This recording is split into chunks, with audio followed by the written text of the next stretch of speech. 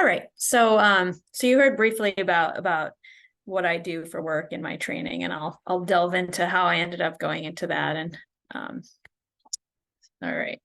So I'm double board certified in neurology and psychiatry, and focus on memory disorders. So anything memory loss, cognitive impairment, specifically of older adults, Lewy body disease, Alzheimer's disease, frontotemporal lobar degeneration, and other things in that realm.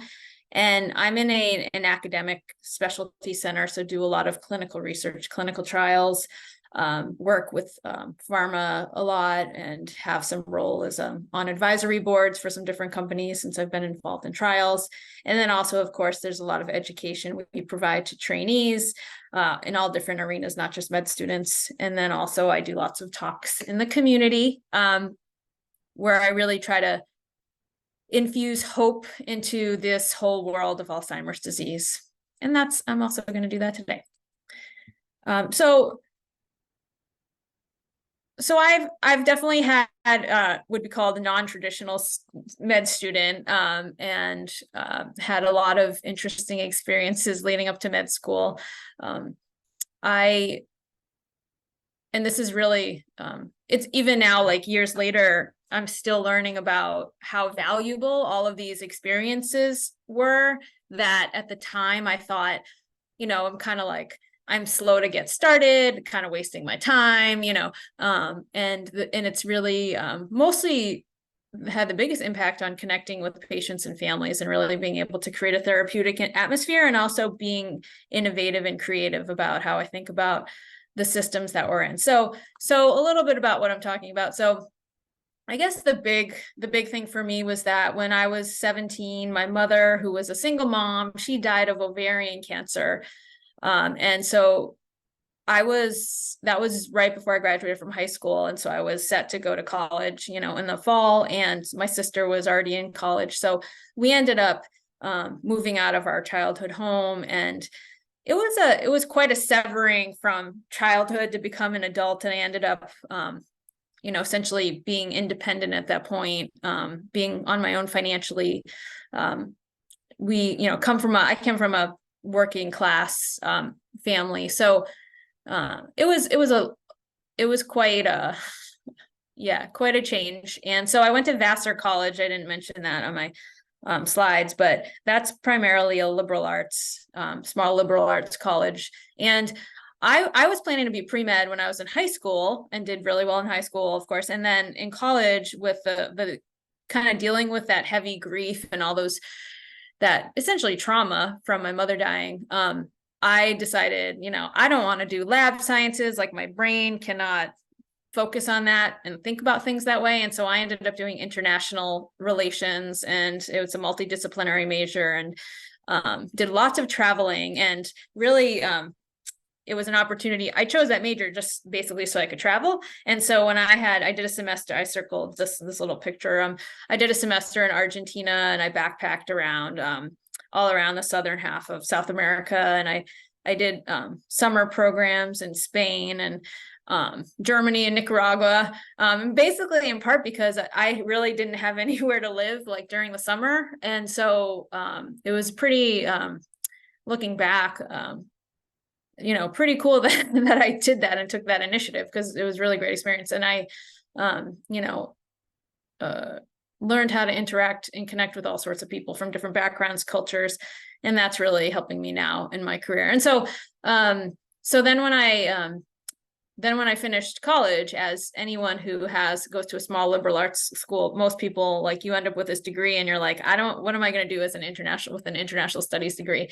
So then I ended up deciding, okay, med school, being a physician, that's really for me. And I embarked on a post-bachelor's pre-med program in Boston, at Harvard, which was at night, 4 nights a week, while I worked as a research assistant at Brigham and Women's Hospital, actually in epidemiology, and it's called pharmacoepidemiology. But in any case, pretty intense for any of you that are doing that. And, none of my friends were doing that. It was a lot of work and they were all having fun, as many of you I'm sure know. So I was a first generation college grad, like some of you maybe, and it took me a long time to get to med school because of the time to take the classes and because I had to work. And then I didn't end up getting into med school the first time I applied.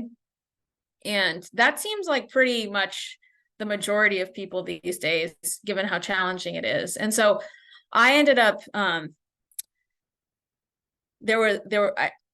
wasn't sure if I wanted to keep moving forward with that because of how challenging it is to get in and how much work you have to do, obviously, and retake the MCAT just felt like I couldn't even consider doing that at the time. So I ended up moving, I moved to Arizona randomly because my best friend was out here, and this all like will tie together, but I decided I was going to reapply, take the MCAT again, and I ended up getting a job in Phoenix for a large hospice dementia program. Now, I didn't have anyone in my family who had dementia or Alzheimer's, any kind of dementia. And so it was pretty foreign to me.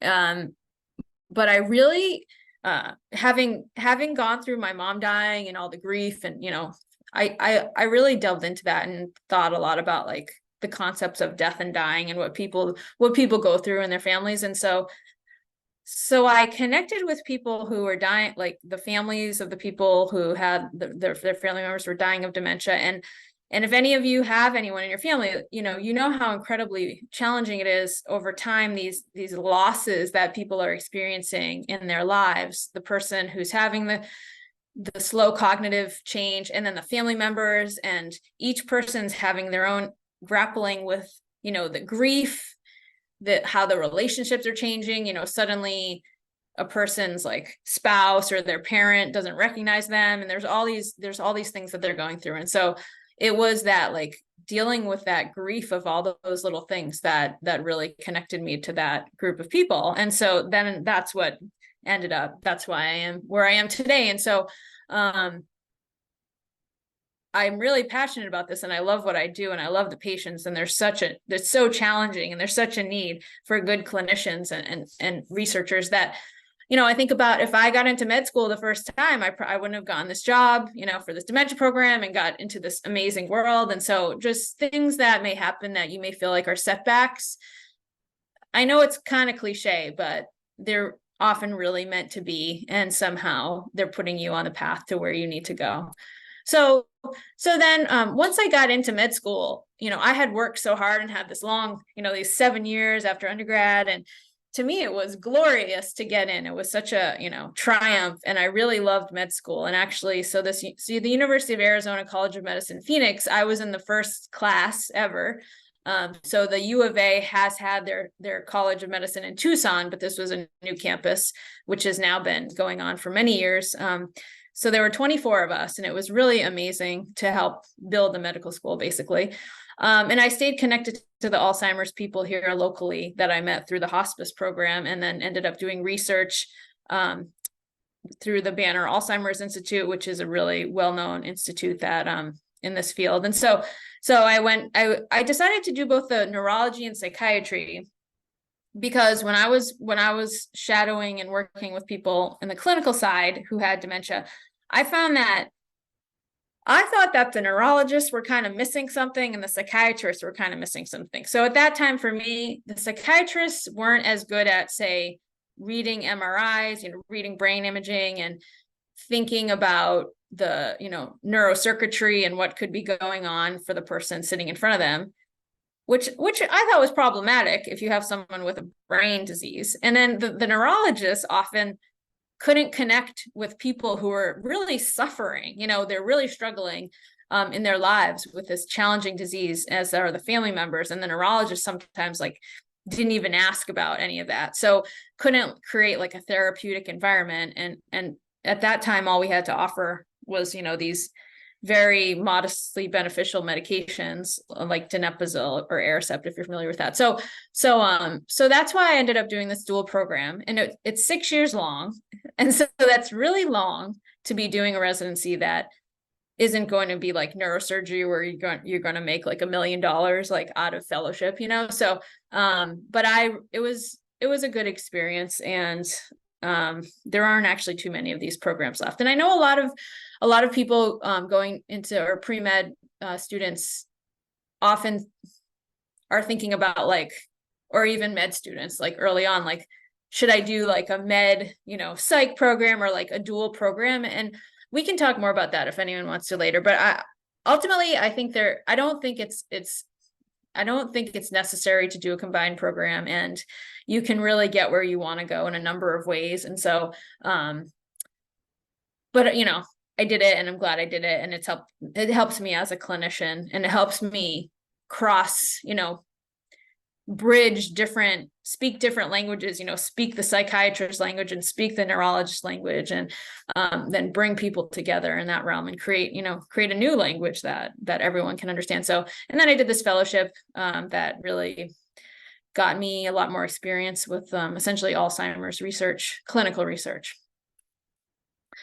And so why did I started talking about like why I chose to go into the subspecialty area.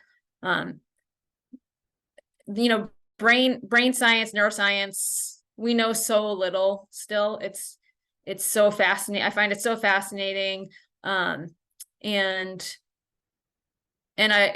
You really have to be humble when you go into any area of neuroscience. And so I have that intellectual curiosity and that humility that it's a good fit for me. And then also specifically, I mentioned like why I got interested in the Alzheimer's world is it's so challenging emotionally, psychologically, spiritually, existentially. And so I can connect with people in the room and their pain and their suffering, and create a space that many times, people will leave feeling better or lighter after even a brief interaction. So it's really rewarding for me. In terms of my daily or weekly schedule, so as many people in an academic center, you're doing many different things. I would say that it's, I think that time I had, the 7 years between undergrad and med school, made me realize that I didn't want to work in the hospital. I didn't want to primarily work on the inpatient side. I really like the outpatient. I like building the relationships over time. And even though being in the hospital is like an adrenaline rush and it's fun, to me, that gets old, like everything you do gets monotonous, and I'd rather be building relationships with people over time in a kind of calmer setting. But to each his own. I have lots of friends who work inpatient. So half of my time I'm doing direct patient care, seeing patients in the clinic with all sorts of memory disorders or cognitive disorders. And then most of the other time is research. And so I'm at a really active clinical trial site. I'm the principal investigator on many pharmaceutical or industry sponsored studies, mainly for Alzheimer's treatments, including some of the anti-amyloid monoclonal antibody treatments, which if you're up on the Alzheimer's treatment news, there's been 2 approved by the FDA, but only one like really legitimately that Medicare just announced they're going to reimburse for. So the first Alzheimer's disease modifying treatment. And that's huge. And for any of you or anybody who's going to listen to this, this field is just like blowing up in a good way. And there's so many opportunities and there's so many great things happening, that it's really worth keeping an open mind about this if it's at all on your radar. And then I spend a little bit of time, doing education and then outreach. So more about the specific field I'm in and why I love it. And I think I really wish more, I really wish I could talk to more people that are pre-med and med students to get them as excited about this as I am, because it's really amazing what's happening. So we can analogize what's happening to, say, the cancer field, where when you get any kind of cancer diagnosis, it's rarely based on actual symptoms that someone's having. Well, not rarely, but a smaller percentage of time. More often it's because we have these screening tests that we do, people get their colonoscopies on a set schedule, their mammograms, we do these different tests to see if these things are, active in our bodies, and then we get treated before there's any symptoms. So that's where the field of Alzheimer's disease is moving, and it's moving there pretty rapidly. And so most people, even med students, are still taught in some places, including University of Arizona, which is upsetting, that Alzheimer's can only be diagnosed upon death at brain autopsy. That's the only way to accurately diagnose Alzheimer's disease. Well, that's actually not true anymore, and hasn't been true for over a decade. And so I can help, I can order tests to have a patient have an accurate diagnosis through neuroimaging, blood-based biomarkers, or cerebrospinal fluid testing for the Alzheimer's proteins, mainly the amyloid beta and the tau, and tau tangles. And so that's with a low 90% accuracy. So that's huge to be able to give that information to people. Now, we're still in a position that you do have to have symptoms to come in and get this evaluation.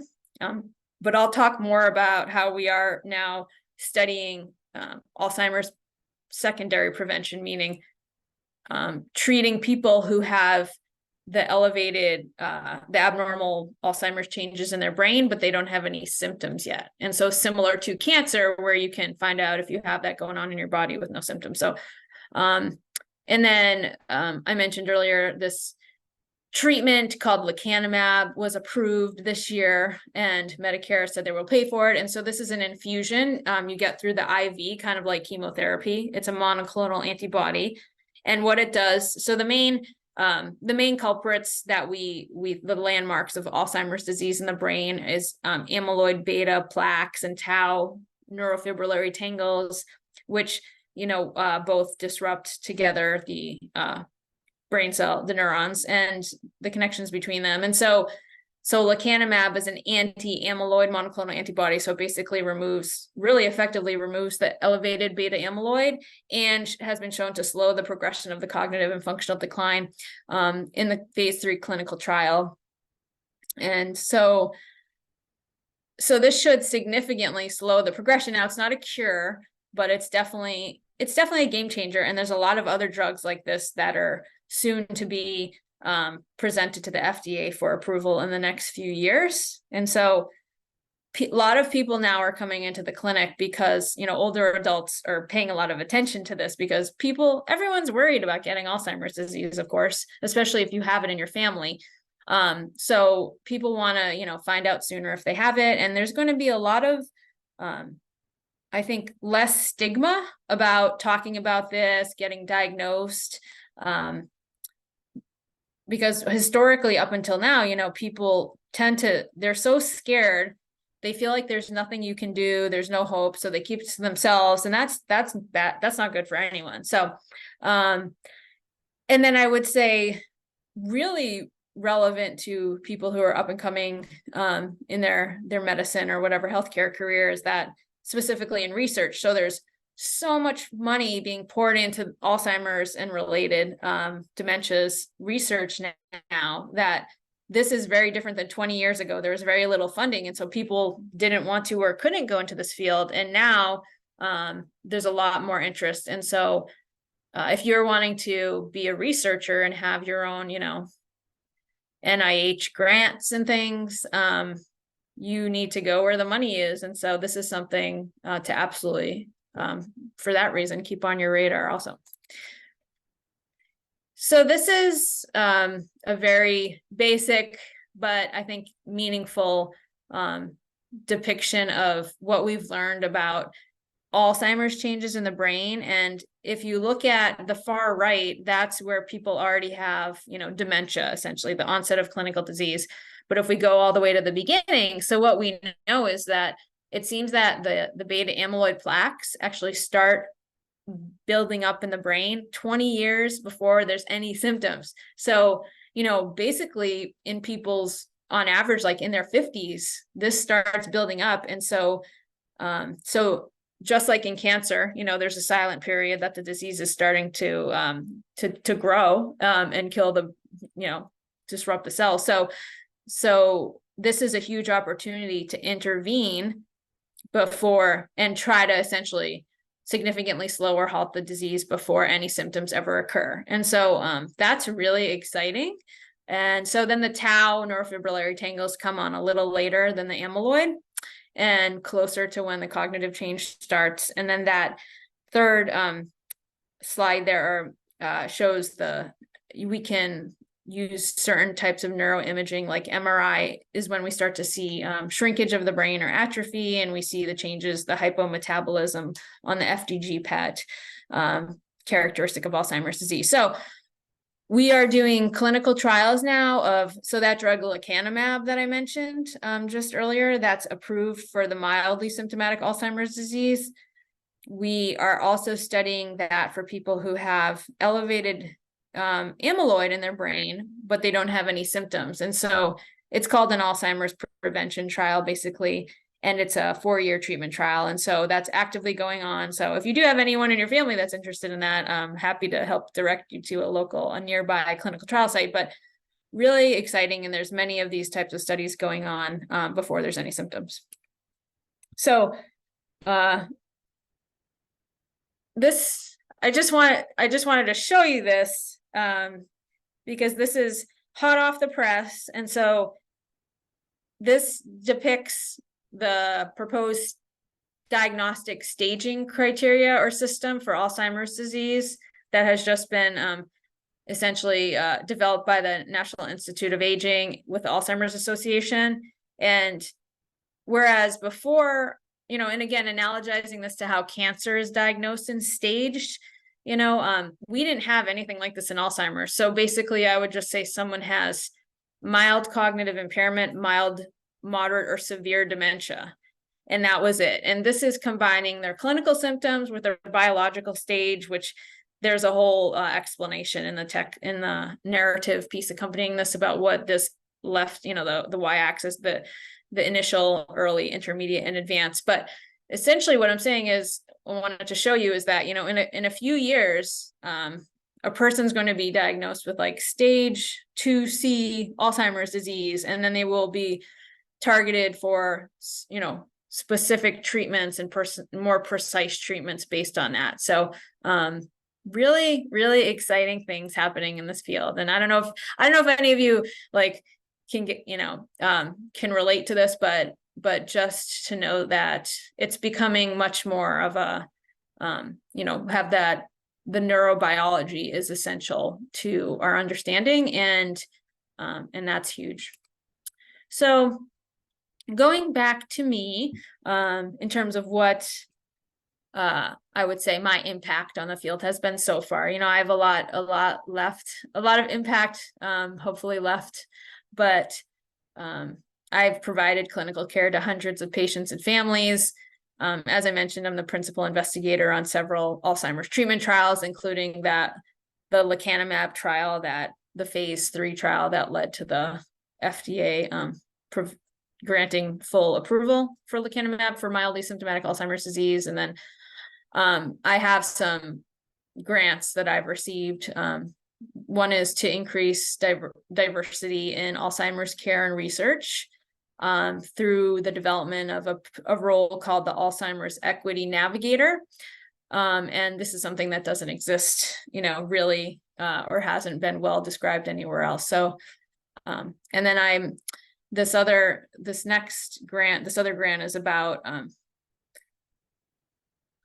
using a handheld ultrasound probe connected to a tablet with my patient population to do lumbar punctures or spinal taps, if you're familiar with those, to safely collect their spinal fluid, to look for different neurodegenerative disease changes. And so I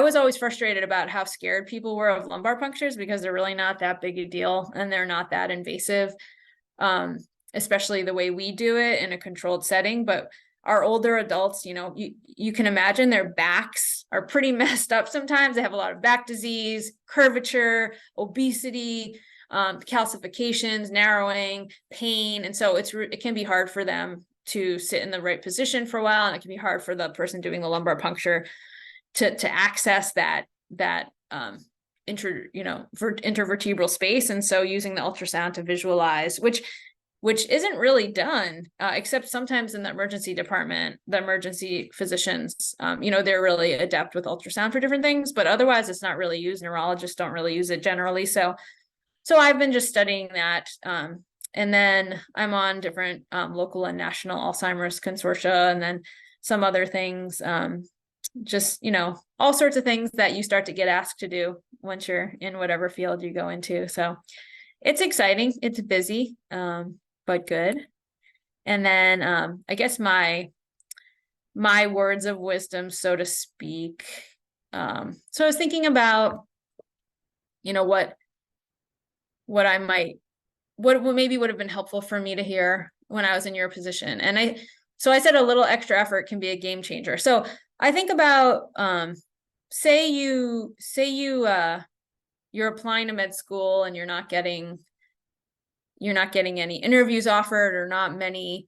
I think it's really important to look critically at your application and what you're offering, and really try to understand, and maybe even ask if you can access anyone at a med school on an admissions committee that could be specific with you, or you probably already know, though, okay, it's your MCAT score, or maybe you got like a really crappy grade in biochem or something, and I would say, even though it can be so profoundly painful to think about like taking that class over or taking the MCAT again, and you think, well, I'll just put it out there what I have, and if it doesn't work out, I'll just go go in a different direction. I think that if you can just put, like, if there's any space for you to put in that little extra effort, it's really not going to be a hold on one second, my daughter, it's gonna be like, sorry, it's gonna be like 10 more minutes or 15 more minutes. Okay. Even though it feels like it's really going to delay things, you're going to get behind, you see some of your classmates who are like getting lots of interviews and going to be in med school, I would say dig deep and try to do that, whatever it is again, or do that extra effort, because if you really want it, and if it's med school you're headed for, you're going to have to work so hard when you get there. It's like, it shows that you have that stamina and that passion and drive if you hang in there. Now, on the flip side, I would say that I definitely don't think being a physician is the only way to go at all. And for example, I'm not going to push my kids to go to med school or anything like that. And I think there's so many ways to do things now, especially in our society, our culture in the US, but it does open doors, and being a physician does allow you to do a lot of things in different ways that it's a little, I think, easier to access maybe. And people do still respect that degree and put it in a certain light. So happy to talk more about that if interested. And then, so I said, cultivate a support system. It's really, it's so crucial when you're going through these different phases of pre-med and med school and residency. And there's definitely dark times. It's really, I would sometimes refer, well, me and all my neurology co-residents, would say it can be soul crushing when you have like 6 code strokes happening at the same time. But it's really important to not suffer in silence. And once you all here listening, you are in residency, you'll see how difficult it is to speak up, because there is fear that there's going to be some kind of backlash if people learn that you're struggling in any way. But these are just like normal struggles that you're going to have because of the weight of what you're dealing with. But at least find people that you can talk to openly and really be yourself. And maybe those people are outside of medicine also. That can be helpful. And then my final point is to my 3-year-old's calling the final point is to let your unique light shine. Sorry, hold on one second.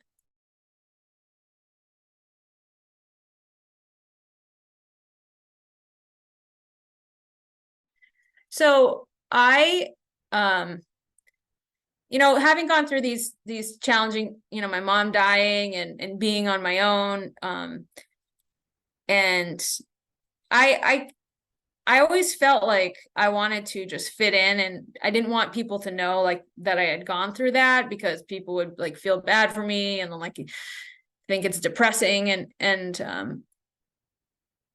I always felt different than my colleagues and classmates, and I assumed they all like their parents were doctors and they were, whatever, everything came easy to them. And that's not true at all, obviously. And so I wish I would have been more open about like really like who I am, where I came from, and feel empowered by that. Because when you put it out there, those things, then you really find your people that connect with you and will support you and get where it's easier. Things start coming to you that are meant to be a part of your life when you put yourself out there, who you really are. And it's a process to be able to do that in itself, to speak your truth. But I would say that's really crucial in terms of to be happy in one's life, especially when you're in such a career that you have to work so hard. So, and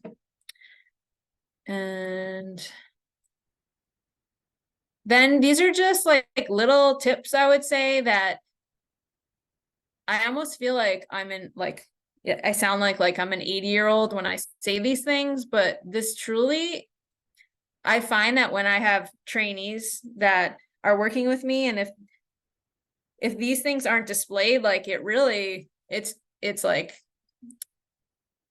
it's hard to get excited about working with them. So I would say just these are so easy. So show up on time, or early when you're going to be working with somebody or shadowing or whatever. And if you're going to be late, just call, let people know. It's also really nice when you confirm like the day before, if you can, like with the clinic or the office, that you're going to be there. That really shows maturity and interest and people, and shows that you respect these, like whoever and their time. And that's meaningful. And then I said, try to cultivate curiosity in all fields, or at least pretend to. So when I have, students who work with me, and either they're like, I totally know, like most people have no interest in dementia, right? And I get that. And I don't think they're going to go into it, but at least to show that, like, to respect, like that this has value, and to pay attention, and even like ask questions, even if it's not like at all in your heart. Even if you have no interest, like for example, when I was on peds, and I'm just like, I don't want to be around kids, like in this setting, like I want to be around old people, which I know that's different than most people, but to at least show respect, and that's how you're going to honor in these rotations and things. And you can do that even if you're not really going to be going into that field. And then I would just say, finally, not using your phone during patient visits. Like, I can't believe how many people are sitting with me in the patient's room and like looking at their phone, and maybe they're looking up medical things, but like it's still like, I would just say try not to do that. So hopefully I didn't sound like an old crotchety person, and then I just wanted to end with this quote by Rumi: "Let yourself be silently drawn by the strange pull of what you really love." So that's me and my two little ones, who are 3 and 7 now, and that's my email. So please feel free to reach out. I'm happy to take any questions. So the way they structured it, each residency, neuro is 4 years and psych is 4 years. So when they combined it, it was 6 years. And so in some ways, it was set up for me in advance. And the psychiatry was less intense in terms of time commitment. So a lot of it was it was structured for me, you know? And I guess I'm trying to think of how to, if there, I don't know if there's another way to phrase your question. You know, so there was a lot of, you know, there was mostly inpatient work for each. So for my program, the 6 years, the first year was the internal medicine intern year, which is required for neurology. And then the next 2 years, 2.5 years, pretty much were neurology. And I was with my fellow neurology residents, like who were in the same year. And then I left them in the fourth year where they were going to be graduating at the end of the year. Then I got into the psych more, and then I had most of the psych through the end, through the 6 years. So that's how it was structured. And I think, you know, sometimes these programs you do like 2 months, 2 months, 2 months, 2 months, you go back and forth, or there's all different setups. So I think just mentally, psychologically, you know, you know what you're getting into, and that it's a long haul, and that you plan your, you know, like I had a child in my 5th year of residency. And so I waited till I was done with the hard neurology inpatient years where I was going to be, you know, running to code strokes every 5 seconds to get pregnant. But, you know, you can't always plan for that either. So, I mean, I don't know a lot about other ones except that they exist. Like there's med psych, there's med peds, there's med derm. And the people I know, so I have my neurology co-resident's husband did med derm, and he's now a dermatologist. So I don't know, you know, and I think he works like a typical neurology job. So I'm not sure, you know, how the medicine side of it is to his current career. So I think that's why it's really important to think about how are you going to use these two fields, and is it really necessary to add all that extra time? Because the reality is that we, you know, as physicians really delay, you know, delay having a decent income, and also putting into retirement, you know, investing in retirement. So, and saving. So there's a lot of things now that you could easily start making money much sooner. And that, and I'm not saying like, obviously that's not the reason, like we go into medicine per se, but, or become physicians, but that's as much as I can say, because each program is going to be unique. And I just think I think partly it's a function of when we're thinking about these, you know, it's like you like lots of things and you don't want to let something go. So you think I'll just do them all. But I think practically speaking, it's really not necessary at the end of the day for what you might end up, you might not really need it to do what you want to do. And so there's so much more out there now to support people who are grieving that that I would try to access. You know, I think it's really helpful, or with grief, to tell your story publicly, you know, to supportive people, to be able to speak that is really essential to moving some of that grief, that deep, painful grief, into a different space and out of our systems, essentially to process it. So I would say finding ways to do that. And it might not even take as long as you think if you're engaging in some kind of grief work. But if you email me, I'd be happy to explore more about what might be available where you live. Where I, you know, when my mom died, there wasn't much yet available, and we really didn't talk.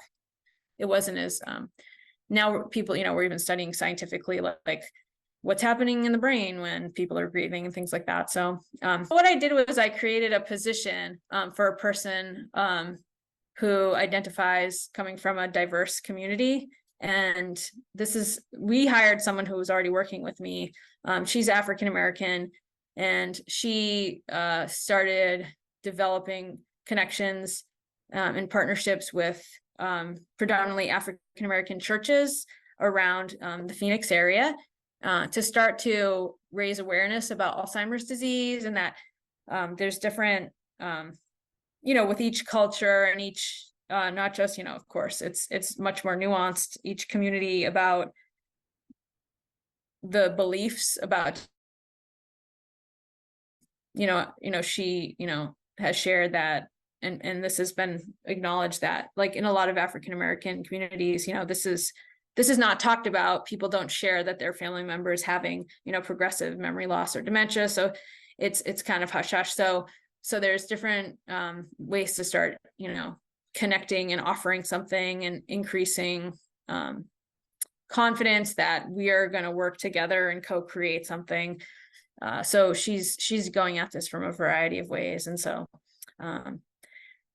I think you have to be able to be really flexible, because you're jumping back and forth, between maybe two very different cultures, say like neurology and psychiatry, for example. Like the neurology is more like internal medicine or a lot of other fields of medicine, whereas psychiatry was I felt like it was a much more supportive,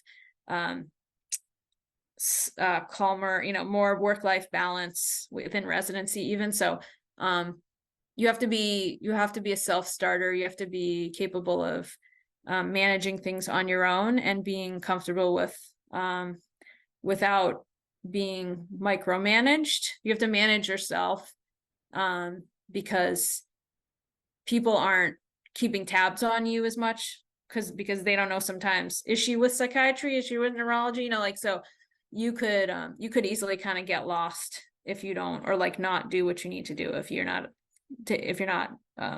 motivated in a certain way. So, but I think it just depends. Well, I think that these two fields used to be together, and then they have been kind of artificially separated. And so to me, it's all the brain. And so the fact that, I think I'm excited about psychiatry more, being biologically oriented and identifying, the neurobiologic substrates for psychiatric diseases. And then I'm excited for psychiatry to more acknowledge that psychiatric symptoms are actually often driven by, neurobiologic changes also. So it's that overlap that's real. And it's like amazing to me that people, my daughter's calling me, that people aren't, they pretend that doesn't exist, especially neurologists, I would say. Since I'm a neurologist, I can talk like that. 1 second, my